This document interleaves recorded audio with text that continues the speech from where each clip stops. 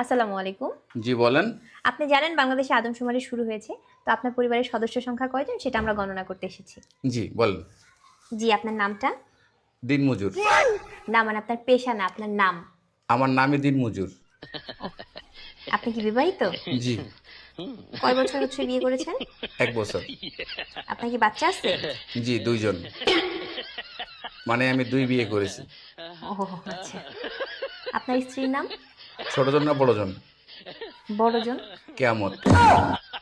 কিয়ামত। আর ছোটজন? তুফান। ও, তুফান। আপনার সন্তানের নাম? ছোটজনেরটা না বড়জনেরটা? কিয়ামত জনেরটা? ঝড়। ঝড়। আর তুফানেরটা? সিডর। সিডর। জি, আপনার মূল্যবান সময় দেওয়ার জন্য আপনাকে ধন্যবাদ। আর লাগবে না? না, না, না, আর কিছু লাগবে না। আর কিছু লাগলে নিয়ে যান। না, না, তাহলে ভিতরে এসে একটু চা খেয়ে যান। এখানে বেশিক্ষণ থাকলে সমস্যা আছে। না, না, না, আর কিছুই লাগবে না। আপনাকে অসংখ্য ধন্যবাদ। ভালো থাকবেন।